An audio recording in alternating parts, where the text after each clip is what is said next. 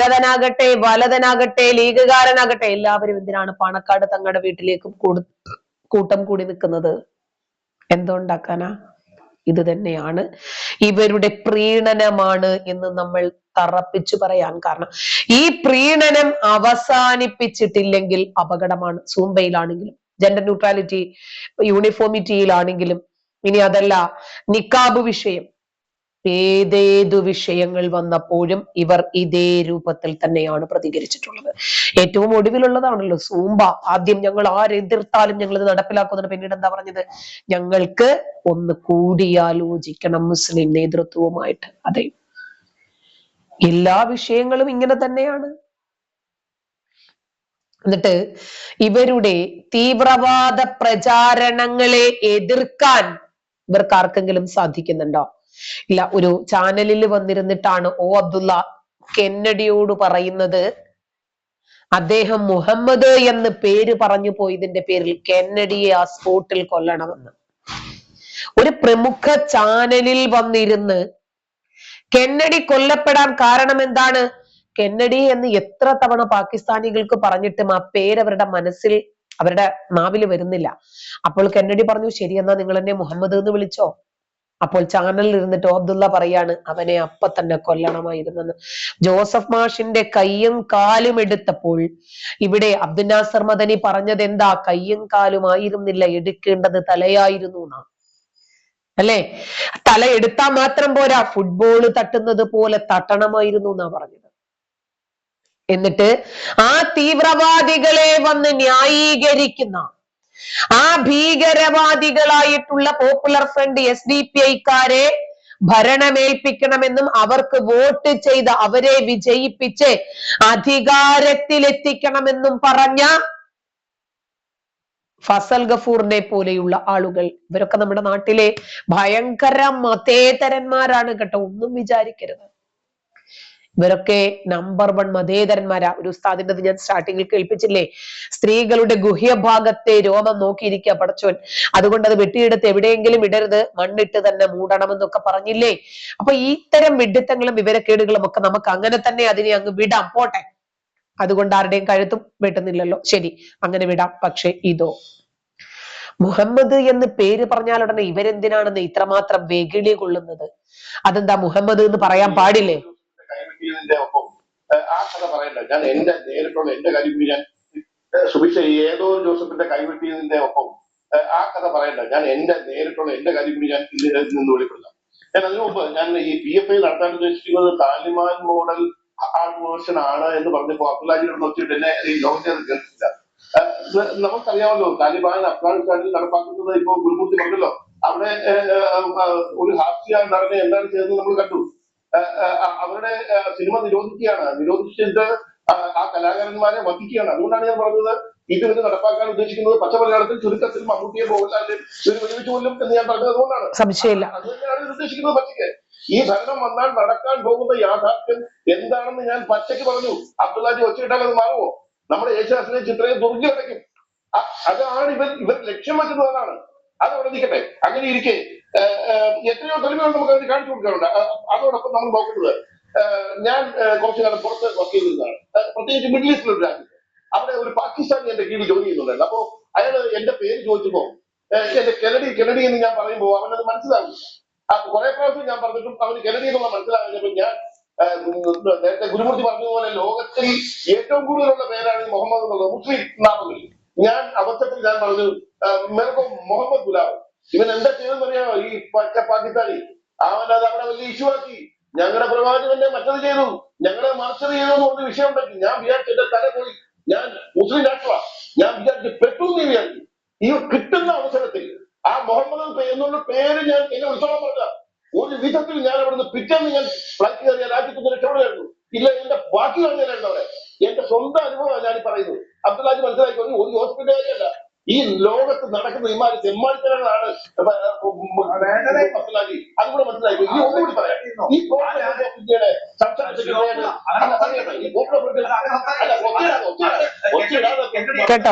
ഒന്നുകൂടി പറയാം. നിങ്ങളുടെ ഐഡിയ നിങ്ങളുടെ ആയുധം അവിടെ ഇരുന്നിട്ട് ഓ അബ്ദുള്ള പറഞ്ഞത് കേട്ടോ, അപ്പൊ തന്നെ കെന്നഡിയെ കൊല്ലണമായിരുന്നു. അപ്പോഴാണ് ആങ്കർ ഇടപെടുന്നത്. അല്ല, അത് അബ്ദുള്ള പറഞ്ഞു പറയാൻ അനുവദിക്കണം. അതാണ് ഇവരുടെ രീതി. അതാണ് എനിക്കറിയാം.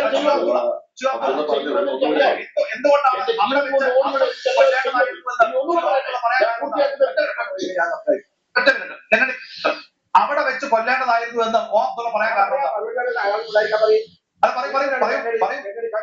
പറയൂ. കാരണം അദ്ദേഹത്തിന്റെ പേര് എന്തുകൊണ്ട് വരാൻ പറഞ്ഞൂടാ? ഒരു ഞാൻ പറയട്ടെ, ഞാൻ പറയുമ്പോൾ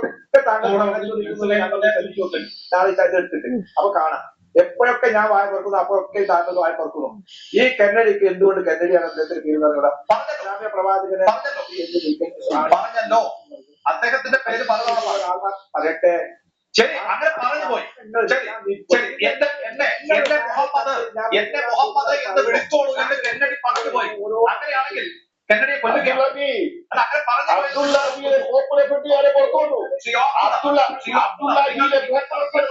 പറഞ്ഞു പുറത്തു വന്നു.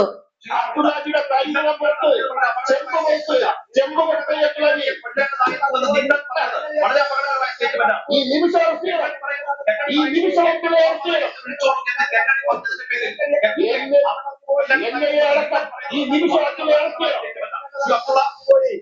നിങ്ങൾ ഈ ചർച്ച ചെയ്ത് ഇറങ്ങിപ്പോയാൽ എനിക്കൊരു ചുക്കമില്ല. നിങ്ങൾ പറഞ്ഞ തെറ്റാണ്. നിങ്ങൾ പറഞ്ഞത് പറയാൻ സംശയമില്ല, ഒരു തത്വമില്ല. നിങ്ങൾ പറയാൻ പാടില്ലാത്ത, നിങ്ങളത് പറയാൻ പറ്റില്ലാത്തായിരുന്നു ഓർത്തുള്ള. എന്താണ് പറഞ്ഞത്? അങ്ങനെ പറഞ്ഞത് എന്തുകൊണ്ട് കന്നഡിയുടെ പേര് പറയാമായിരുന്നില്ലേ? എന്തുകൊണ്ട് ചെയ്തില്ല? കന്നഡി പറഞ്ഞു, കേൾക്കുന്നവർ മനസ്സിലാവുന്നില്ല. നിങ്ങൾ എന്നെ മുഹമ്മദെ എന്ന് വിളിച്ചോളൂ എന്ന് കന്നഡി പറഞ്ഞു. അങ്ങനെ ഒരാൾ പറഞ്ഞാൽ ഉടനെ കൊല്ലണോ? ഇത് തങ്ങാടിത്തരമാണത്. അതാണ് യഥാർത്ഥ ഇസ്ലാം.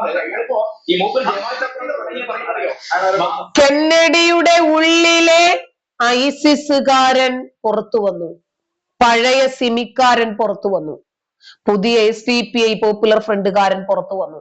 അതുകൊണ്ടാണ് മുഹമ്മദ് എന്ന പേര് പറഞ്ഞപ്പോഴേക്ക് കെന്നഡിയെ ആ സ്പോട്ടിൽ കൊല്ലണമായിരുന്നു എന്നയാള് പറഞ്ഞത്. അതുകൊണ്ടാണ് ഒരു ചാനലിൽ വന്നിരുന്നു പോലും ഇങ്ങനെ പറയാൻ മടിയില്ലാത്ത ഈ വിഭാഗം നമ്മളെയൊക്കെ കയ്യിൽ കിട്ടിയാൽ എന്തായിരിക്കും അവസ്ഥ എന്നൊന്ന് ചിന്തിച്ചു നോക്ക്.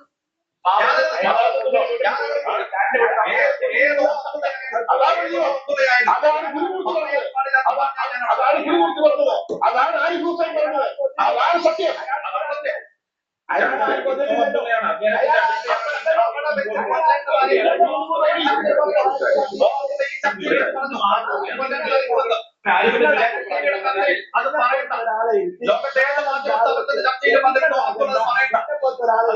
നിങ്ങൾ പറയാവുന്നത് ചെയ്യാവുന്നതൊക്കെ ചെയ്യാം.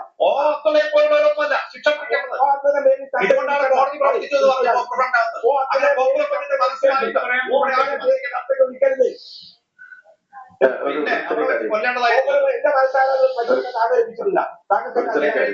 മനസ്സിലാകാൻ എന്റെ മനസ്സ് പരിശോധിക്കാൻ താങ്കൾ ഏൽപ്പിച്ചിട്ടില്ല. എന്നെ ഇരുത്തി എന്ത് പറയാം, എന്ത് തോന്നിയാസമാവാൻ വിചാരിക്കണ്ട.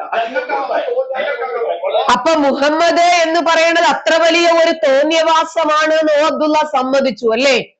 ഈ നരയൻ കിളവന്റെ ഉള്ളിലുള്ള അന്യമത വിരുദ്ധതയും ആ തീവ്രവാദ ആശയങ്ങളുമാണ് ഇടയ്ക്കിടെയെങ്കിലും നുര പൊന്തി പുറത്തേക്ക് വരുന്നത്. ഇത് നമ്മൾ ഇനിയെങ്കിലും മനസ്സിലാക്കിയിട്ടില്ലെങ്കിൽ, പ്രത്യേകിച്ച് കേരളത്തിന്റെ മതേതരത്വം ഇവർക്കെതിരെ ഉണർന്ന് പ്രവർത്തിച്ചിട്ടില്ലെങ്കിൽ ദൂരവ്യാപകമായ പ്രത്യാഘാതങ്ങൾ നമ്മൾ അനുഭവിക്കേണ്ടി വരും. ഇന്ന് ഇവരുടെ പ്രീണനത്തെ കുറിച്ചിട്ട് മാത്രമല്ല നമ്മൾ സംസാരിച്ചു കൊണ്ടിരിക്കുന്നത്. ഇവരുടെ ഒരു വിഭാഗത്തിന്റെ വിഡ്ഢിത്തങ്ങളും വിവരക്കേടുകളും ഒക്കെ നമുക്ക് പറയാം, കുഴപ്പമില്ല. പക്ഷേ ഇവരുടെ ഈ ഒളിച്ചു കടത്തുന്ന തീവ്രവാദമുണ്ടല്ലോ, അതിനെ നമ്മൾ പ്രതിരോധിച്ചേ മതിയാകും. അതല്ലെങ്കിൽ നാളത്തെ താലിബാനോ അഫ്ഗാനോ അതല്ലെങ്കിൽ സിറിയയോ പാകിസ്ഥാനോ ഒക്കെ ആയി നമ്മുടെ നാട് മാറും. മുഹമ്മദ് എന്നൊന്ന് പേര് പറഞ്ഞപ്പോഴേക്ക് ഇവർക്ക് എന്ത് സംഭവിക്കാനാണ്?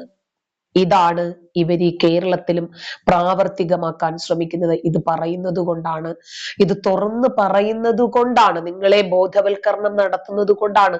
ഞങ്ങളോടൊക്കെ ഇവർക്ക് ഇത്രയധികം ദേഷ്യം തോന്നുന്നത്? മറ്റൊരു വീഡിയോ ഒന്ന് കണ്ടു നോക്കിക്കോ. നമസ്കാരം. സോഷ്യൽ മീഡിയയിൽ ഒരു വീഡിയോ കറങ്ങി നടക്കുന്നു. ആദ്യം തന്നെ നമുക്ക് ആ വീഡിയോ ഒന്ന് കണ്ടുകളയാം. എന്റെ ശബ്ദം ലഭിക്കുന്ന ജനാധിപത്യ മതേതര വിശ്വാസികളോട് പ്രതിക്കാറുള്ളത് നാം രംഗത്തിറങ്ങേണ്ട സമയമാണ്. ജനാധിപത്യ മതേതര വിശ്വാസികളോട് എന്നൊക്കെയാണ് പറയുന്നത് കേൾക്കുമ്പോൾ ആരും തെറ്റിദ്ധരിക്കരുത്. ഇത് ഒരു പോപ്പുലർ ഫ്രണ്ട് നേതാവാണ്. ഏത് ഞമ്മന്റെ മതേതര തീവ്രവാദ വക്താക്കൾ തന്നെ. എന്തായാലും കാര്യമായി എന്തോ പറയുന്നുണ്ട്. അതെന്താണെന്ന് നമുക്കൊന്ന് കേട്ടുകളയാം. RSSനെ പ്രതിരോധിക്കാന് സെമിനാർ നടത്തിയതുകൊണ്ട് കാര്യമില്ല. RSSനെ പ്രതിരോധിക്കാന് വാഴ് പരമ്പര നടത്തിയതുകൊണ്ട് കാര്യമില്ല. RSSനെ പ്രതിരോധിക്കാന് എവിടെയെങ്കിലും 4 മുതൽ പുസ്തകങ്ങൾ എഴുതിയതുകൊണ്ട് കാര്യമില്ല. അതെ, തികച്ചും ശരിയാണ്. RSSനെ പ്രതിരോധിക്കണമെങ്കിൽ സെമിനാർ നടത്തിയിട്ടോ ലേഖനം എഴുതിയിട്ടോ ഒന്നും ഒരു കാര്യവുമില്ല. നാട്ടുകാർക്ക് വിവരമുള്ളത് കൊണ്ട് എത്ര പച്ചക്കള്ളം എഴുതിവിട്ടാലും RSSനെ ജനങ്ങൾ ഇരു കൈയും നീട്ടി സ്വീകരിച്ചു കൊണ്ടേയിരിക്കും. അതിന് ഉത്തമ ഉദാഹരണം തന്നെയാണല്ലോ നമ്മുടെ പ്രധാനമന്ത്രി നരേന്ദ്രമോദി. എത്ര കാലം എന്തൊക്കെ കള്ളങ്ങൾ എഴുതിവിട്ട് ഈ മോദി വിരോധികളും മാധ്യമങ്ങളും ചേർന്നു. എന്നിട്ട് വല്ല കാര്യവും ഉണ്ടായത്? മോദിയുടെ ജനപ്രീതി നാൾക്കുനാൾ വർദ്ധിച്ചതേ ഉള്ളൂ. ഒടുവിൽ പ്രധാനമന്ത്രി പദം വരെ മോദിക്കെതിരെ എഴുതിക്കൊണ്ടിരിക്കുന്നവർ ഇപ്പോഴും ഒരു കാര്യവുമില്ലാതെ ഓരോ കള്ളങ്ങൾ പടച്ചു വിട്ടുകൊണ്ടേയിരിക്കുന്നു. എന്തായാലും ഈ സുടുവിന് ബാക്കി എന്താണ് പറയാനുള്ളത് എന്ന് കൂടി നമുക്കൊന്ന് കേട്ടു പറയാം. ലേഖനം എഴുതുന്നത് കാര്യമില്ല. RSSനെ പ്രതിരോധിക്കണമെങ്കിൽ RSSകാരനെ മേരി വേദനിക്കണം. അതാണ് പോപ്പുലർ ഫ്രണ്ട് പറയുന്ന സന്ദേശം. ഇങ്ങോട്ട് മേരി വേദനിച്ചെങ്കിൽ RSSകാരനെ മേരി വേദനിക്കണം. അപ്പോഴേ ഈ പഠനത്തിലുള്ളത് പോപ്പുലർ ഫ്രണ്ട് ധൈര്യപൂർവ്വം വിളിച്ചു പറയുക. കൊള്ളാം. ഈ പറയുന്ന പോപ്പുലർ ഫ്രണ്ടിന്റെ ധൈര്യം സമ്മതിച്ചിരിക്കുന്നു. അല്ല പറയാ, നിങ്ങൾ ഇത് ഏത് ലോകത്താണ് ജീവിക്കുന്നത്? RSSകാരന്റെ മേല് വേദനിച്ചാൽ RSSകാരൻ ആ പണി നിർത്തിയെന്ന് പോകുമെന്ന്. അങ്ങനെ മേല് വേദനിച്ചാൽ അടിയെന്ന് കേട്ടാൽ കണ്ടം വഴി ഓടുന്നവർ കാണും അവിടെ പോപ്പുലർ ഫ്രണ്ടിന്റെ ഉമ്മറത്ത്. ഇത് RSS ആണെന്നേ. അങ്ങനെ പേടിച്ചോടുമായിരുന്നെങ്കിൽ RSS ഈ രാജ്യം ഭരിക്കില്ലായിരുന്നു. പോപ്പുലർ ഫ്രണ്ടുകാരാ എത്രയോ അടിയും ചവിട്ടും കൊണ്ട് ജീവൻ പോലും ബലി നൽകി ഭാരതത്തിന് വേണ്ടി പ്രവർത്തിക്കുന്നവരാണ് RSS. അങ്ങനെ തന്നെയാണ് RSS വളർന്നു വന്നിട്ടുള്ളത് എന്ന് ചരിത്രം പഠിച്ചാൽ മനസ്സിലാവും. ആ RSSനെയാണ് പോപ്പുലർ ഫ്രണ്ടുകാരൻ മേല് നോവിക്കുമെന്ന LKG ഭീഷണി മുടക്കി പേടിപ്പിക്കാൻ നോക്കുന്നത്. നിങ്ങൾ കൊലപ്പെടുത്തുക, നിങ്ങൾ യുദ്ധം ചെയ്യുക, നിങ്ങൾ സമരത്തിൽ ഏർപ്പെടുക, എന്നാൽ സമരത്തിൽ ഏർപ്പെടുക, യുദ്ധം ചെയ്യുക. എന്ത് സമാധാനപൂർണമായ പ്രസംഗം! ഖുർആൻ വചനങ്ങൾ ഓതിക്കൊണ്ടാണ് ഈ പോപ്പുലർ ഫ്രണ്ടുകാരൻ പറയുന്നത് നിങ്ങൾ കൊലപ്പെടുത്തുക, നിങ്ങൾ യുദ്ധം ചെയ്യുക എന്ന്. ആരെയാണ് പോപ്പുലർ ഫ്രണ്ടുകാരൻ നിങ്ങൾ കൊലപ്പെടുത്താൻ പോകുന്നത്? RSSകാരെയാണോ? അതോ നിങ്ങളുടെ മതഭ്രാന്ത് തലയിലേക്കാത്ത കാഫിറുകളെയാണ് നിങ്ങൾ കൊലപ്പെടുത്താൻ പോകുന്നത്? നിങ്ങൾ ആക്രമിച്ചവർക്കെതിരെ, നിങ്ങളോട് യുദ്ധം ചെയ്തവർക്കെതിരെ, നിങ്ങളോട് സമരം ചെയ്തവർക്കെതിരെ നിങ്ങൾ യുദ്ധം ചെയ്യണമെന്ന്, നിങ്ങൾ സമരം ചെയ്യണമെന്ന്, നിങ്ങൾ പോരാട്ടണമെന്ന് പഠിപ്പിക്കുന്ന വിശ്വാസമാണ് ഇസ്ലാമിന്റെ വിശ്വാസം. ഇന്ത്യയിലെ മുസ്ലിങ്ങളെ ആക്രമിക്കുമ്പോൾ, മുസ്ലിങ്ങളെ കൂട്ടക്കൊല ചെയ്യുമ്പോൾ, മുസ്ലിം സ്ത്രീകളെ ബലാത്സംഗം ചെയ്യുമ്പോൾ നിങ്ങളെ വീട്ടിനുള്ളിൽ നിന്ന് പ്രാർത്ഥിക്കാനല്ലാതെ പഠിപ്പിച്ചത്. നിങ്ങൾ റൂമിന്റെ അടച്ചു കൂട്ടി എന്നിട്ട് ഈ തസ്ബീഹ് എന്നാണ് പഠിപ്പിച്ചത്. പഠിച്ചോ? അങ്ങനെയാണല്ലോ. ഇതാണ് ഓരോ മത തീവ്രവാദിയും ചെയ്യുന്നത്. ഇവിടെ മുസ്ലിങ്ങൾ പീഡിപ്പിക്കപ്പെടുന്നു എന്ന കള്ള പ്രചാരണം നടത്തി ഇരവാദം മുഴക്കി മറ്റു മതവിശ്വാസികൾക്കെതിരെ യുദ്ധത്തിലിറങ്ങുക, അവരെ കൊന്നു കളയുക. അതിന് തടസ്സം നിൽക്കുന്നത് RSS എന്ന പ്രസ്ഥാനമായതുകൊണ്ടാണ് ആദ്യം RSSനെ ഇല്ലാതാക്കണമെന്ന് ഈ മത തീവ്രവാദികൾ ആഗ്രഹിക്കുന്നത്, അതിനുവേണ്ടി പ്രവർത്തിക്കുന്നത്. ഇങ്ങനെ ഒരു മൈക്ക് വെച്ച് കവലപ്രസംഗം നടത്തി വർഗീയത വിളമ്പി RSSകാരെയും മറ്റും കൊലപ്പെടുത്താൻ ആഹ്വാനം ചെയ്യുന്നത് ഈ കേരളത്തിലാണ്. നോക്കണം എത്രമാത്രം അപകടകരമായ മതഭ്രാന്താണ് ഇവർ ഈ നൂറ്റാണ്ടിലും പിന്തുടരുന്നതെന്ന് നോക്കണം. പാലാ ബിഷപ്പ് രാജ്യത്ത് തന്നെ തകർക്കുന്ന നാർക്കോട്ടിക് ജിഹാദിനെ കുറിച്ച് പരാമർശം നടത്തിയപ്പോൾ ഉറഞ്ഞു തുള്ളിയവർ എവിടെയാണ്? അന്തിചർച്ച നടത്തിയവർ എവിടെയാണ്?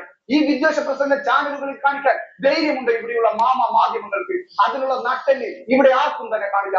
കാരണം പോപ്പുലർ ഫ്രണ്ടിന്റെ കാശും വാങ്ങി BJP RSS വിരുദ്ധ വാർത്തകൾ മാത്രം കെട്ടിച്ചമച്ചുണ്ടാക്കി തള്ളിവിടുന്ന മാധ്യമങ്ങൾക്ക് ഇതിന്റെ മുന്നിൽ കണ്ണടച്ചേ മതിയാവുകയുള്ളൂ. ഇവന്റെയൊക്കെ തനിനിറം പുറത്തിറങ്ങിയാൽ അത് RSSന്റെയും BJPയുടെയും വളർച്ചയ്ക്ക് കാരണമായേക്കുമോ എന്ന ആശങ്ക മൂലം അവരത് എങ്ങനെയുണ്ട്? ഇവര് എന്തുകൊണ്ടാണ് പോപ്പുലർ ഫ്രണ്ടിനെ നിരോധിക്കേണ്ടി വന്നത് എന്ന് മനസ്സിലായോ? പാണ്ടിലോറിയുടെ മുന്നില് നെഞ്ചും വിരിച്ചു നിൽക്കുന്നത് പോലെ ഈ ഉയർന്നു നിൽക്കുന്ന വളർന്നുകൊണ്ടിരിക്കുന്ന ഈ രാജ്യത്തിന്റെ പുരോഗതിയെ തടസ്സപ്പെടുത്താൻ തങ്ങളാൽ കഴിയും വിധം എന്തൊക്കെ ചെയ്യാമോ അതൊക്കെ ഇവര് ചെയ്യുമെന്നാ പറഞ്ഞത്. ഇവര് അപകടകരമായ രൂപത്തിൽ എത്ര പ്രഭാഷണങ്ങളാണ് നടത്തിയത്. ജോസഫ് മാഷെ കൊല്ലാക്കൊല ചെയ്ത് ഇവർ ഈ കേരളക്കരയിൽ കാണിക്കാൻ ശ്രമിച്ചത് എന്താ? മുഹമ്മദ് എന്നൊന്ന് പറഞ്ഞു നോക്ക്. മുഹമ്മദ് എന്നൊന്ന് എഴുതി നോക്ക്, മുഹമ്മദിനെയോ നിങ്ങളൊന്ന് വിമർശിച്ചു നോക്ക്, കാണിച്ചു തരാമെന്ന്. എന്നിട്ട് എന്ത് സംഭവിച്ചു? ഇപ്പൊ മുഹമ്മദിനെ ആരും വിമർശിക്കുന്നില്ലേ? ആരും പ്രതിരോധിക്കുന്നില്ലേ? ആരും എതിർക്കുന്നില്ലേ? എല്ലാവരും മുഹമ്മദ് അണ്ണനെ വിശ്വസിച്ചിട്ട് പിന്നാലെ കൂടുവാണെന്നാണോ ഇവര് വിചാരിച്ചിരിക്കുന്നത്? നോക്കിക്കാം. നമസ്കാരം. ഓട്ടപ്രദർശനത്തിലേക്ക് എല്ലാ പ്രേക്ഷകർക്കും സ്വാഗതം. ഏതാണ്ട് ഒരു പതിറ്റാണ്ടിന് മുമ്പ് മലയാളി സമൂഹത്തെ ഒന്നടങ്കം ഞെട്ടിച്ച ഒരു സംഭവമായിരുന്നു പ്രൊഫസർ ടി.ജെ. ജോസഫ് മാഷിന്റെ കൈയും കാലും വിപരീത ദിശയിൽ മതഭ്രാന്തന്മാർ വെട്ടിയെറിഞ്ഞു. തീർച്ചയായിട്ടും അതിലേക്ക് നയിക്കപ്പെട്ട, അതായത് ഈ മതഭ്രാന്തന്മാരെ ആ ഒരു കൃത്യം ചെയ്യാൻ നയിക്കപ്പെട്ട സംഭവങ്ങളൊക്കെ ഇതിനകം മലയാളി സമൂഹം പലതവണ ചർച്ച ചെയ്തതാണ്. ഒരു ക്വസ്റ്റ്യൻ പേപ്പറിലുള്ള ഏതാനും പരാമർശങ്ങൾ എടുത്തുകൊണ്ട് അത് പ്രവാചക നിന്ദയാണ് എന്ന് വരുത്തി തീർന്നുകൊണ്ടാണ് ആ പാപം അധ്യാപകനെതിരെ ഇത്തരം നിഷ്ഠൂരമായ ഒരു കൃത്യം അവർ നടപ്പിലാക്കിയത്. ഓർക്കേണ്ട പ്രധാനപ്പെട്ട ഒരു സംഗതിയുണ്ട്. അന്നും കേരളം ഭരിച്ചിരുന്നത് ഇടത് സർക്കാർ, വി.എസ്. അച്യുതാനന്ദന്റെ സർക്കാർ. പ്രശ്നമുണ്ടാവുന്നു മുൻകൂട്ടി കണ്ട ആ സർക്കാർ തൊടുപുഴയിലും ന്യൂമാൻ കോളേജ് പരിസരത്തുമൊക്കെ 144 പ്രഖ്യാപിച്ചു. എന്നിട്ടും ന്യൂമാൻ കോളേജിനകത്ത് പ്രിൻസിപ്പാളിന്റെ മുറിയിൽ കയറി അവർ പ്രിൻസിപ്പാളിനെ ഹരാമോ ചെയ്യുകയുണ്ടായി. അതൊക്കെ നമ്മൾ അന്നത്തെ ദൃശ്യമാധ്യമങ്ങളിലൂടെ കാണുകയും ചെയ്തതാണ്.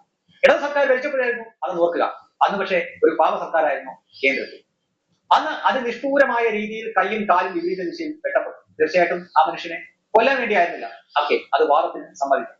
പക്ഷെ ഒരു പാഠം പഠിപ്പിക്കാൻ വേണ്ടി ഇനി ആരും ഇത്തരത്തിലൊന്നും ആവർത്തിക്കാതിരിക്കാൻ വേണ്ടി വ്യക്തമായ ഉദ്ദേശത്തോടെ തീവ്രവാദ ചിന്താഗതിയോടെ കൂടി തന്നെ ചെയ്തതാണ് അവരാക്കത്തെ. അതിനവർക്ക് വിദേശത്ത് നിന്ന് ധനസഹായവും കിട്ടിയിരുന്നു. ആ കാര്യങ്ങളെല്ലാം ഇന്നിപ്പോൾ കോടതി പറഞ്ഞിരിക്കുകയാണ്. അതായത് ആ കേസിൽ ആദ്യം കുറച്ചുപേരെ ശിക്ഷിച്ചിരുന്നു. ഒരു രണ്ടാമത്തെ വിചാരണ ഘട്ടത്തിൽ ഇന്നും മറ്റു ചിലർ കൂടി അതിൽ കുറ്റക്കാരാണെന്ന് കോടതി കണ്ടെത്തിയിരിക്കുന്നു. അതിനൊപ്പം തന്നെ നടന്നത് തീവ്രവാദ പ്രവർത്തനമാണെന്ന് ഉറപ്പിച്ച് പറയുകയും ചെയ്തു. ഇനിയാണ് ശ്രദ്ധിക്കേണ്ടത്. ഒരുപക്ഷെ 2010 സമയങ്ങളിൽ സോഷ്യൽ മീഡിയ ഇത്രയേറെ വ്യാപകമായിരുന്നില്ല. ഇന്ന് അങ്ങനെയല്ല. ഇത് സോഷ്യൽ മീഡിയ കണ്ട ഒരു കമന്റ്, ഒരു പോസ്റ്റ് ഞാൻ വായിക്കാം, നിങ്ങൾ നോക്കുക. തല ഉണ്ടായിട്ടും കൈ മാത്രം വെട്ടിയത് പദത്രമല്ല എന്നതിന്റെ പൂർണ്ണ തെളിവ് അല്ലേ? എന്നിട്ടും പച്ചക്കള്ളം വിളിച്ചു പറയുന്ന വ്യവസ്ഥ മുസ്ലിങ്ങൾക്കെതിരെയാകുമ്പോൾ എന്ത് തോന്നിവാസമാകാം എന്ന സ്ഥിതി. ഈ ജോസഫ് മാഷ് ഒരു ക്രിസ്ത്യൻ വർഗീയ തീവ്രവാദിയാണ്. എന്നാൽ തലയുണ്ടായിട്ടും എന്തിന് കൈ വെട്ടി എന്നതാണ് ചോദ്യം. ശ്രദ്ധിച്ചോ നിങ്ങൾ ആ പോസ്റ്റ്? ഒന്നും കൂടി ഒന്ന് ശ്രദ്ധിച്ചോ. കൈ മാത്രം വെട്ടിയത് പദത്രമല്ല എന്നതിന്റെ പൂർണ്ണ തെളിവ് അല്ലേ? എന്നിട്ടും പച്ചക്കള്ളം വിളിച്ചു പറയുന്ന വ്യവസ്ഥ മുസ്ലിങ്ങൾക്കെതിരെയാകുമ്പോൾ എന്ത് തോന്നിവാസമാകാം എന്ന സ്ഥിതി. ഈ ജോസഫ് മാഷ് ഒരു ക്രിസ്ത്യൻ വർഗീയ തീവ്രവാദിയാണ് എന്ന് അയാളെ ടിവിയിൽ കണ്ട എല്ലാവർക്കും മനസ്സിലാകും. അയാളെ ദേശീയ സുരക്ഷാ നിയമം അനുസരിച്ച് 6 മാസത്തേക്ക് ജയിലിൽ അടക്കേണ്ടതായിരുന്നു. അയാൾക്ക് വെട്ടിക്കിട്ടിയത് ഗവൺമെന്റ് അയാളെ ജയിലിലാക്കാത്തത് കൊണ്ട് സംഭവിച്ചതാണ്. കൈ വെട്ടിയത് കൊണ്ടാണല്ലോ ജോസഫിനെ പോലത്തെ സാമൂഹ്യ വിരുദ്ധർ പിന്നീട് തുള്ളാതിരുന്നത്. പിന്നെ മുസ്ലിങ്ങളെ വിമർശിച്ചു സംഘി ബാലൻസ് നടത്തുന്നവരുണ്ട്. മദനിയെ ജയിലിലയച്ച നിയമം ഇടതുപക്ഷ ഗവൺമെന്റുകൾ ക്രിസ്ത്യൻ ഭീകരർക്കെതിരെ ഉപയോഗിച്ച് കാണുന്നില്ല. ടിവിയിൽ ഇല്ല. ഇങ്ങനെ പോകുന്നു അയാളുടെ കമന്റ്. ഓർക്കുക, ഇത് ഏതെങ്കിലും ഒരു സാധാരണക്കാരനിട്ട കമന്റ് അല്ല. ഇയാളുടെ പ്രൊഫൈൽ പ്രകാരം ഇപ്പോൾ ISROയിൽ വർക്ക് ചെയ്യുന്നു എന്നാണ് കാണിക്കുന്നത്. അതിനു മുമ്പ് ഇയാൾ കേരള വാട്ടർ അതോറിറ്റിയിലായിരുന്നു. മുഹമ്മദ് മാച്ച് സർക്കാർ ഉദ്യോഗസ്ഥനാണ് എന്നാണ് നമുക്ക് മനസ്സിലാക്കാൻ പറ്റുന്നത്. ഇത്തരക്കാർ എത്ര വിദ്യാഭ്യാസം ഉണ്ടായിട്ട് കാര്യമില്ല. ഇപ്പോഴും ഗോത്രവാദ ചിന്താഗതിയുമായി നടക്കുന്ന പ്രാകൃത മനസ്സർ തന്നെയാണ് എന്ന് കാണാം. ഇവർ മനസ്സിലാക്കേണ്ട കാര്യം, ജോസഫ് മാഷ് എന്ന വ്യക്തിയെ കൊല്ലുകയാ അല്ല, യഥാർത്ഥത്തിൽ അന്നവർ ചെയ്തു കൊല്ലാക്കൊല്ല ചെയ്യുകയായിരുന്നു. കൊന്നാൽ അതോടെ തീരുമായിരുന്നു. പക്ഷെ ആ വ്യക്തിയെ സമൂഹത്തിന് മുന്നിൽ ഇതാ ഞങ്ങൾക്കെതിരെ അല്ലെങ്കിൽ ഞങ്ങൾക്കെതിരെ എന്ന് ഞങ്ങൾക്ക് തോന്നിയാൽ ഇതായിരിക്കും ബാക്കിയുള്ളവരുടെ അവസ്ഥ എന്ന് കൃത്യമായി കാണിക്കാൻ വേണ്ടിയിട്ട് അതിനിഷ്ഠൂരമായ രീതിയിൽ, അതിഭീകരമായ രീതിയിൽ അവർ കാട്ടിക്കൂട്ടിയ ഭീകര പ്രവർത്തനം തന്നെയായിരുന്നു. അതിനുശേഷം ആ വ്യക്തിയെ നമ്മൾ പലതവണ മാധ്യമങ്ങളിൽ കണ്ടിട്ടുണ്ട്. പക്ഷേ ഒരിക്കൽ പോലും ഒരു വാക്കുകൊണ്ട് പോലും എന്തെങ്കിലും മതസ്പർദ്ധ നടത്തുന്നതായിട്ട് കണ്ടിട്ടില്ല. ടി.ജെ. ജോസഫ് മാഷ് നമ്മൾ ഒരിക്കലും ജോസഫ് മാഷ് ഏതെങ്കിലും ഒരു മതത്തെ നിന്ദിക്കുകയോ പ്രവാചകനെ അപമാനിക്കുകയോ ചെയ്യുന്നത് നമ്മൾ കണ്ടിട്ടില്ല. അപ്പോഴും അദ്ദേഹം പറഞ്ഞത് ഇവരല്ല തെറ്റുകാർ. ഒരിക്കലും ഞാൻ ഇവരെ പറയില്ല. കാരണം എന്താ? ഇവരെ ഇതിന് പ്രേരിപ്പിച്ചവരാരോ അവരാണ് തെറ്റുകാർ. അതൊരു വ്യക്തിയല്ല, ഒരു ഗ്രന്ഥമാണ്, ഒരു മതത്തിന്റെ സിസ്റ്റമാണ്, ഒരു മതത്തിന്റെ വിശ്വാസമാണ്.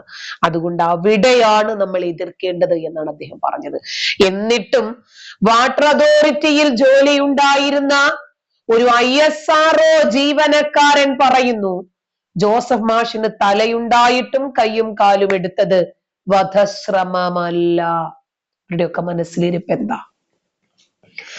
ആ മനുഷ്യൻ മുഹമ്മദ് എന്ന് ചോദ്യപേപ്പറിൽ എഴുതിയത് അത്ര വലിയ വൃത്തികേടായും മതനിന്ദയായും കാണാൻ ഇവർക്ക് സാധിക്കുന്നെങ്കിൽ ഇവരെപ്പോഴെങ്കിലും മതനിന്ദയെയോ നബി നിന്ദയെയോ ഡിഫൈൻ ചെയ്തിട്ടുണ്ടോ?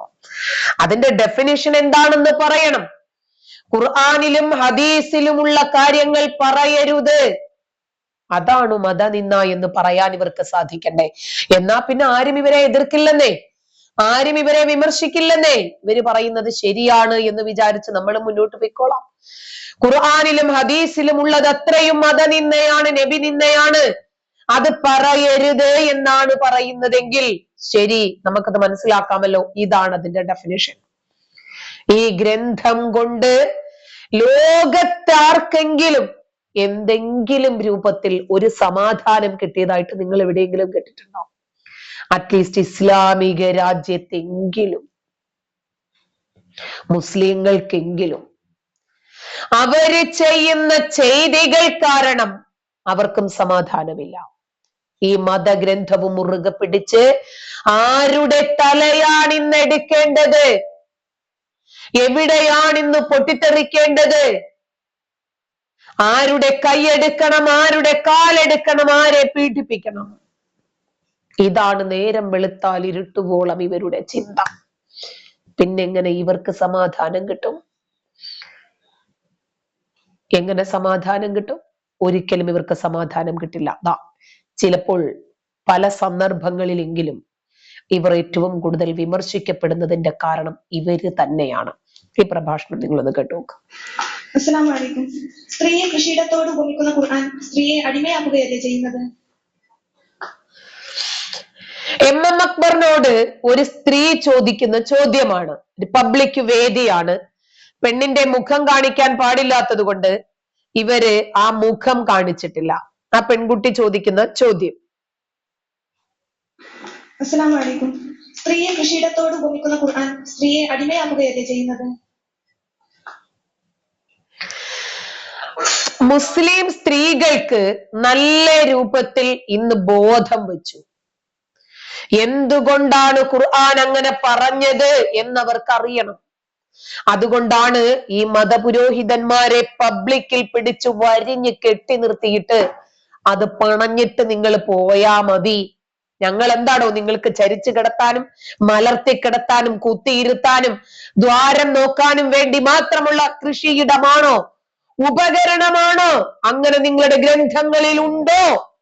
ഉണ്ടെങ്കിൽ സ്ത്രീ എന്ന് പറയുന്ന വിഭാഗത്തിന് കാരുണ്യവാനായ നീതിയുടെ പക്ഷത്ത് നിൽക്കുന്ന പടച്ച റബ്ബ് നൽകുന്ന സ്ഥാനം എന്താണ്? അത് പണഞ്ഞിട്ട് ഇങ്ങേരൊക്കെ പോയാ മതി എന്ന് മുസ്ലിം സ്ത്രീകൾ ഇവനെയൊക്കെ പിടിച്ചു നിർത്തി ചോദിക്കുക. സ്ത്രീയെ കൃഷിയിടത്തോട് ഉപമിക്കുന്ന ഖുർആൻ സ്ത്രീയെ അടിമയാക്കുകയല്ലേ ചെയ്യുന്നത്? മറുപടി കാണിക്കോ അടാർ? മറുപടി ഒന്നും കൂടി ആവർത്തിക്കാം.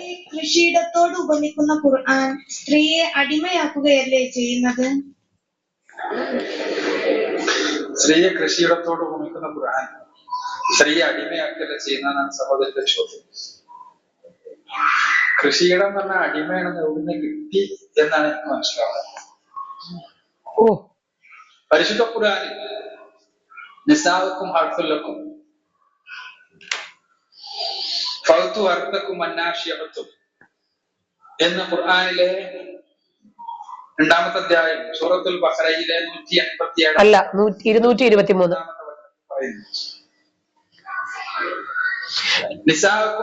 ഇദ്ദേഹത്തിന്റെ മറുപടി ഇവിടെ നിൽക്കട്ടെ. അതിനു മുമ്പ് എല്ലാ മതപുരോഹിതന്മാർക്കും ഇതേ അഭിപ്രായം തന്നെയാണോ ഉള്ളത് എന്ന് നമുക്കൊന്ന് അറിയണമല്ലോ.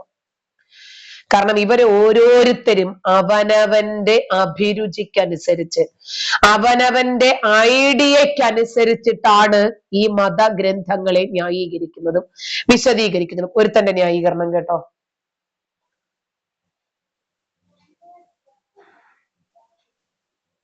വരും. ബെഡ്ഷീറ്റ്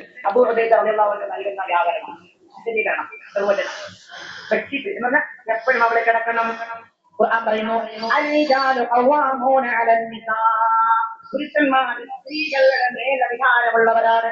അല എന്ന് പറഞ്ഞാൽ അറബിയിൽ മുകളിൽ എന്നാണ് എന്ന് പറഞ്ഞാൽ അതിന്റെ അർത്ഥം സ്ത്രീകളുടെ മുകളിലായിരിക്കണം പുരുഷന്മാർ. പുരുഷന്മാരുടെ മുകളിൽ സ്ത്രീകളാവാൻ പാടില്ല. അത് ശാരീരികമായി ബന്ധപ്പെടുമ്പോഴും ബന്ധപ്പെടുമ്പോ ഇന്ദ്രിയസ്ഖലനം ഉണ്ടാകുന്നതിന് മുമ്പ് മുകളിലാകാം. പക്ഷെ ഇന്ദ്രിയസ്ഖലനം പെണ്ണിനെ മുകളിൽ കിടത്തി ഭർത്താവ് താഴെ കിടന്നുകൊണ്ടാകരുത്. മൂത്രസന്ധി, പിത്താശയ സന്ധി ഇതുപോലുള്ള രോഗങ്ങൾക്ക് അത് കാരണമാകും. അതുകൊണ്ട് എന്ത് ചെയ്യാം? ബന്ധപ്പെടാം. പക്ഷേ ശീഘ്രസ്ഖലനം ഉണ്ടാകുമ്പോ ഭാര്യ താഴെ ഭർത്താവ് മുകളിൽ. അതാണ് ഖുർആൻ പറയുന്നത്.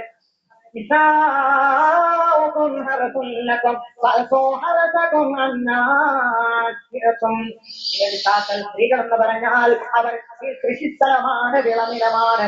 നിങ്ങൾക്ക് ഇഷ്ടമുള്ളതുപോലെ അവരെ സമീപിക്കാം. നിങ്ങൾ ആഗ്രഹിക്കുന്നത് പോലെ പഠിപ്പിക്കുകയാണ്. നിങ്ങൾക്ക് നിങ്ങളുടെ ഭാര്യയുമായി എങ്ങനെ വേണമെങ്കിലും ബന്ധപ്പെടാം. ഇതുവരെ പെണ്ണിന്റെ മുഖ്യഭാഗം എന്ന് പറഞ്ഞാൽ അറിവ് പോലെയാണ്, അത് ഭൂമിയാണ്. നാം അതിലേക്ക് വിസർജിപ്പിക്കുന്ന ഇന്ദ്രിയ പുള്ളികളുണ്ടല്ലോ, അത് വിത്തുകളാണ്. ഭൂമിയിൽ വിത്തുകൾ വിതറിക്കഴിഞ്ഞാൽ അതിലൂടെ നമുക്ക് ലഭിക്കുന്നത് വിളകളാണ്. ആ വിളകളാണ് സന്താനങ്ങൾ. അതുകൊണ്ട് നിങ്ങളുടെ ഭൂമിയാണ്, നിങ്ങളുടെ ജാഗയാണ്. നിങ്ങൾ ഇഷ്ടമുള്ളതുപോലെ ആകാം. എങ്ങനെയാണത്? പുറകിലൂടെയോ, കായിമത്തിൽ നിന്നുകൊണ്ടോ, കാരികത്തിൽ മുത്തുകാരിൽ നിന്നുകൊണ്ടോ, കായികത്തിൽ ഇരുന്നുകൊണ്ടോ, മുത്തൽബിയത്തിൽ മലർത്തി കിടത്തിയോ, മുത്തജ്ഞത്തിൽ ധരിച്ചു കിടത്തിയോ, മുഖവിലത്തിൽ മുൻഭാഗത്തിലൂടെയോ, മുഖവിലത്തിൽ പിൻഭാഗത്തിലൂടെയോ കാര്യം മനസ്സിലായല്ലോ? ശരി, ഇനി നമ്മുടെ MM അക്ബറിന്റെ ന്യായീകരണം കൂടി കേൾക്കാം. കാരണം എല്ലാവർക്കും പറയാനുള്ളത് ഇതിനെ സംബന്ധിച്ച് ഒന്ന് തന്നെയാണോ എന്ന് നമുക്കൊന്ന് അറിയണമല്ലോ. അതുകൊണ്ടാണ് ഞാൻ അദ്ദേഹത്തിന്റെ വാക്കുകൾ വരട്ടെ. നിങ്ങളുടെ സ്ത്രീകൾ നിങ്ങളുടെ കൃഷിയിടമാകുന്നു. അതുകൊണ്ട് നിങ്ങൾ ഇച്ഛിക്കുന്ന തലത്തിൽ നിങ്ങൾ അവരുമായി സമീപിച്ചു കൊള്ളുക. ഖുർആനിന്റെ അതിസുന്ദരമായ ഒരു ഉപമാലങ്കാര പ്രയോഗമാണ്. ഈ പ്രയോഗത്തെ കുറിച്ച് മനസ്സിലാക്കാത്ത ഖുർആൻ വിമർശകന്മാർ സഹോദരി ഇവിടെ പറഞ്ഞതുപോലെയുള്ള വിമർശനങ്ങൾ ഉന്നയിക്കാറുണ്ട്. അതായത് സഹോദരിയെ വിമർശനം ഉന്നയിക്കാൻ പ്രേരിപ്പിച്ചത് എന്നാണ് ഞാൻ മനസ്സിലാക്കുന്നത്. അതെന്താണ്? അതായത് കൃഷിയിടത്തോട് ഭൂമിക്കുക വഴി ഇവിടെ പറഞ്ഞതുപോലെ സ്ത്രീയെ കൊള്ളരുതാത്തവരാക്കി അടിമയാക്കി പറയാം. ഇത് ആരോടെ പറയുന്നത്? പുരുഷനോട്. പുരുഷനെ എന്തുമായിട്ടാണ് താരതമ്യം ചെയ്യുന്നത്? കൃഷിക്കാരനുമായി. നിങ്ങളുടെ കൃഷിയിടമാകുന്നു സ്ത്രീ. അപ്പൊ നിങ്ങൾ ആരാണ്? കൃഷിക്കാരനാണ്. കൃഷിക്കാരനോട് ചോദിച്ചു നോക്കണം കൃഷിയിടത്തിന്റെ അയാളുടെ മനസ്സിലുള്ള സ്ഥാനത്തെ കുറിച്ച് അറിയണം. കൃഷിക്കാരന് കൃഷിയിടം പൊന്നിനേക്കാൾ വിലയുള്ളതാണ്. അതുകൊണ്ടാണ് പണയം വെക്കെ വിൽക്കുകയൊക്കെ ചെയ്യുന്നത്. കൂട്ടുകൃഷി ഒരു വൈകാരികമായ വല്ലാത്തൊരു ബന്ധമുള്ളത്. കൃഷിക്കാരൻ രാവിലെയും വൈകുന്നേരവും തന്റെ കൃഷിയിടത്തിൽ പോയി അവിടുത്തെ മുളകൾ പൊന്തുന്നത് ആത്മാഭിമാനം. മതിയടോ, മതി. എന്നിട്ട് ആ കാർഷിക വസ്തുക്കൾ ആർക്ക് സ്വന്തമാണ്? കർഷകന് സ്വന്തം. കൃഷിഭൂമിക്ക് അതുമായിട്ട് യാതൊരു ബന്ധവുമില്ല. ഇത്രയും ഉളുപ്പില്ലാത്ത ഒരു പടച്ചോനും നാണം കെട്ട ഒരു നബിയും ഒരു കാലഘട്ടത്തിനും യോജിക്കാത്ത ഒരു പുസ്തകവും വെച്ചിട്ട് ഇവരെത്ര കാലം ഇതിനെ ന്യായീകരിച്ച് തേച്ചു മായ്ച്ച് വെളുപ്പിച്ച് പെയിന്റ് അടിച്ച് എത്ര കാലം ഇവരിതിനെ മേക്കപ്പ് ഇട്ട് കൊണ്ട് നടക്കും. നിങ്ങൾ എത്ര കണ്ടിതിനെ വെളുപ്പിച്ചാലും ശരി, ഇതിനകത്തുള്ളത് എന്താണ് എന്ന് എല്ലാവർക്കും മനസ്സിലായിട്ടുണ്ട്. കൂടുതൽ ആളുകൾക്ക് ഇത് മനസ്സിലാക്കി കൊടുക്കാൻ ഞങ്ങൾക്ക് കഴിഞ്ഞതിൽ ഞങ്ങൾക്ക് വളരെ സന്തോഷമുണ്ട്. അതുകൊണ്ടാണ് ക്രിസ്ത്യാനികൾ ശക്തിയുക്തം ഇതിനെ പ്രതിരോധിക്കുന്നതും ഹിന്ദുക്കളും അതുപോലെ. കേരളത്തിന്റെ മതേതരത്വം നിങ്ങളുടെ ഈ തീവ്രവാദവും ഈ വിഭാഗീയതയും അന്യമത വിരുദ്ധതകളും സ്ത്രീകളെ അടിമകളാക്കി പേര് യന്ത്രമാക്കി മുന്നോട്ട് കൊണ്ടുപോകാനുള്ള നിന്റെയൊക്കെ ഒരു തരം ഗെയിം സ്ട്രാറ്റജിയും പബ്ലിക്കിന് മനസ്സിലായി. എസ്പെഷ്യലി മുസ്ലിം സ്ത്രീകൾ ഉണർന്ന് പ്രവർത്തിക്കാൻ സജ്ജരായിരിക്കുന്നു. വളരെ സന്തോഷം. അത്രയെങ്കിലും അവർക്ക് ബോധോദയം ഉണ്ടാക്കി കൊടുക്കാൻ നമ്മുടെ പ്രയത്നത്തിന് സാധിച്ചിട്ടുണ്ടല്ലോ. സന്തോഷം, വളരെ സന്തോഷം. അപ്പൊ ഇന്ന് ഒരു സ്പെഷ്യൽ ലൈവ് ആയിരുന്നു എന്ന് ഞാൻ നേരത്തെ തന്നെ പറഞ്ഞിരുന്നു. എല്ലാവർക്കും സന്തോഷം. നല്ല ഒരു ദിവസം എല്ലാവർക്കും ആശംസിക്കുന്നു. നമുക്ക് ഉടനെ തന്നെ എന്തെങ്കിലും ഒരു പ്രോഗ്രാം വെക്കണമെന്ന് ഞാൻ ആഗ്രഹിക്കുന്നുണ്ട്. അപ്പോ നമ്മൾ 6 ലക്ഷം കഴിഞ്ഞിരിക്കുന്നു. വളരെ സന്തോഷമുണ്ട്. ഒരിക്കൽ കൂടി എല്ലാ സബ്സ്ക്രൈബേഴ്സിനും, സബ്സ്ക്രൈബ് ചെയ്യാത്തവർക്കും, വ്യൂവേഴ്സിനും, ഹെയ്റ്റ് കമന്റ് ഇട്ട ആളുകൾക്കും, റിവ്യൂ ചെയ്തവർക്ക് എല്ലാവർക്കും ഹൃദയത്തിന്റെ ഭാഷയിൽ സന്തോഷം അറിയിക്കുന്നു. 6 ലക്ഷം എന്ന് പറഞ്ഞാൽ ഒരു ചെറിയ കണക്കല്ല. നിങ്ങൾക്കറിയാം, ഈ മാസം, കഴിഞ്ഞ മാസം, അതിന്റെ അങ്ങേ മാസമൊക്കെ വ്യൂസ് വളരെ കുറവുള്ള മാസമാണ്. കാരണം പരസ്യ കമ്പനികളും ഒക്കെ ആയിട്ട് ഏതാണ്ട് പരസ്യ കോൺട്രാക്റ്റുകൾ നടക്കുന്ന സമയമാണ്. പണം അല്ല മുഖ്യം. നിങ്ങൾക്കറിയാം, വ്യൂസ് കുറഞ്ഞോ കൂടിയോ എന്ന് ഒരിക്കലും ഞാൻ നോക്കി ആകുലപ്പെട്ടിട്ടില്ല. മറിച്ച് എനിക്ക് നിങ്ങളോട് പറയാനുള്ള വസ്തുതകൾ പറഞ്ഞു വയ്ക്കുക എന്നതാണ് എന്റെ ദൗത്യം. ഇന്നല്ലെങ്കിൽ നാളെയാണെങ്കിലും നിങ്ങൾക്കത് കേൾക്കാൻ പറ്റും, കാണാൻ പറ്റും. അതുമായിട്ട് നിങ്ങളുടെ അഭിപ്രായങ്ങൾ നിങ്ങൾക്ക് രേഖപ്പെടുത്താനും സാധിക്കും. അത്രേ ഞാൻ പ്രതീക്ഷിക്കുന്നുള്ളൂ. എന്ത് പറ്റി സഭ നടക്കാത്തത് സുധി?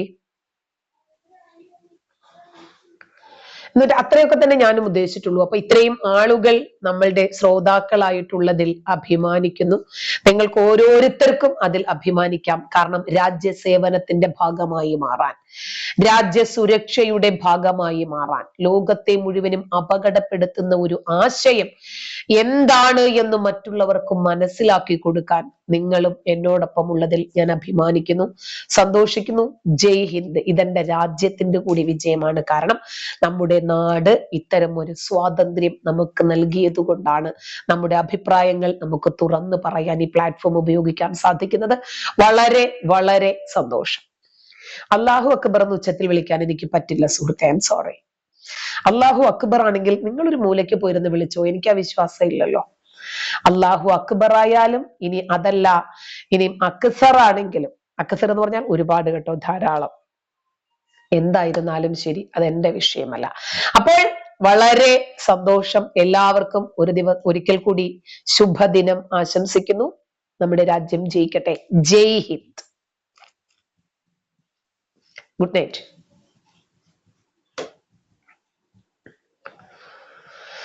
Good night. അനില, റെനി എവിടെ പോയി?